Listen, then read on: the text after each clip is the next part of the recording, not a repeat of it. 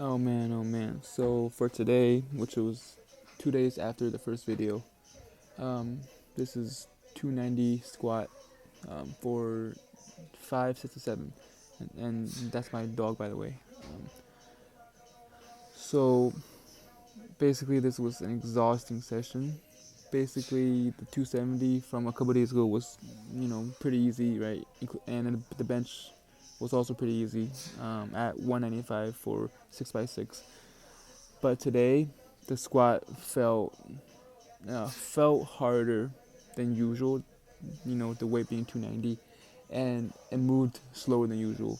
I'm going to attribute this to not recovering 100%, especially since I ran pretty hard last night to burn off some calories. But I think that was a mistake. And I think in general, I might need more than a day of rest, probably 2 days of rest for optimal recovery on this program, especially overall body fatigue, right? Because I'm squatting and benching SMOLOV on this program.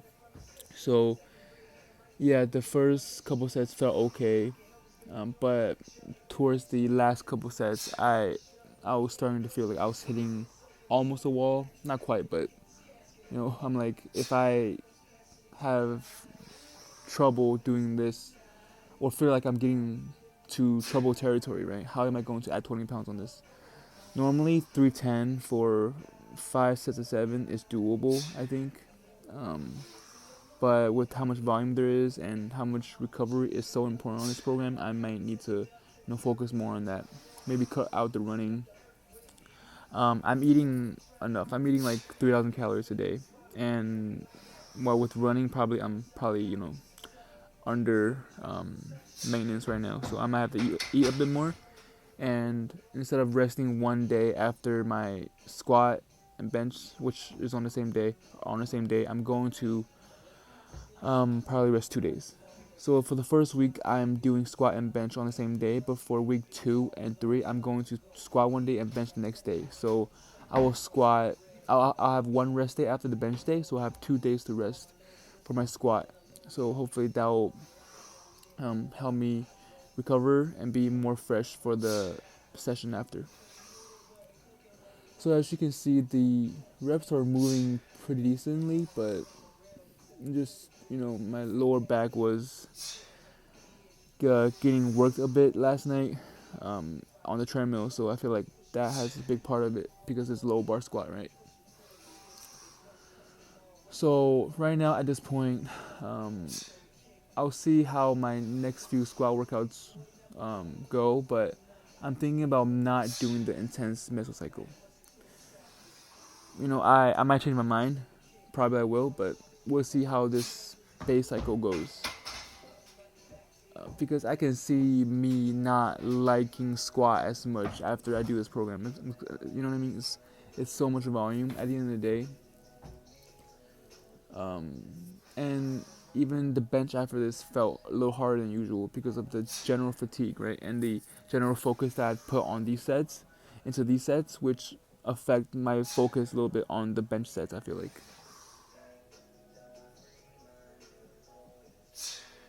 But it's really something mentally, um, you know, challenging that you have to really fight for when you're doing 5 sets of these, right? 3 sets is fine, but the fourth and fifth set, you're like, oh, you still have 2 more sets after the third set. But at the same time, I think that builds, mental fortitude in terms of squatting and overall, just lower body work, right? So I think ultimately I'm going to stick with it, given that I think I'm eating just enough. I might have to eat a little bit more, um, and I'm also getting enough sleep. So I just have to maybe tone down the cardio and see what happens in the next few workouts. And I'll bring up a picture of my schedule for the next 3 to 4 weeks. I'm just gonna try to follow that as much as possible, and as you can see, I'm giving myself more rest than I might need, so I can fully recover for each and every session. And even though I'm still deadlifting and overpressing, you can see that I'm going to be doing it for about every 1.5 to 2 weeks. So it's kind of they're kind of taking a backseat, but still want to dial my form and everything. And I think deadlift is I think it's the lift that I have problems with the most, and squat being my strongest, even though my squat has been stuck in the same 30-pound range in the past a year and a half. So to pivot the conversation a little bit to tell you more about myself. So I'm currently a product designer in the SF Bay Area in the U.S. and I've been in the industry for about 3 years now. And being able to work from home and having a home gym set up is really valuable. And being able to control my time and have my work done in the way that I want to, and be able to still excel on my job, but also being able to focus on my lifts, right, and getting enough sleep and not tiring myself out. And more about my past in terms of working out. I used to be extremely overweight. Um, Back in like sixth grade, I was like 260 pounds, and a couple years before that, I was like 160. So I went through like a phase of like anxiety and like low key depression in like sixth grade. So that made me gain a lot of weight. I ate a lot, and since then, in like ninth grade, I was like 291 pounds when I went to the doctor one time, and I probably stayed around 280 to 290 for a couple years. And then in junior year, I started to slim down a little bit, so I was in the 270s range until October 2016, and that's when I really lost a lot of weight. I lost about 94 pounds in about 9.5 months, 10 months. And I can talk more about this in future videos, but essentially losing that much weight and lifting weights in that time really helped me found a new passion, right?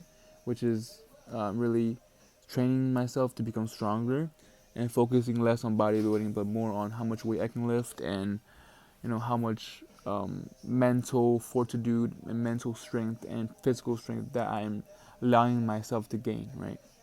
And I think that really helps with my mental health and overall my self-esteem and everything, right? So I'll talk more about my lifting journey and everything that involves my lifting journey in the near future in my future videos. So thank you for watching, and if you have any questions, please leave them down in the comments, and I'll talk to you and see you next time. Thank you. No, by the way, I skipped my hip thrusts and my lateral raises and my curls because this shit is too much volume, bro.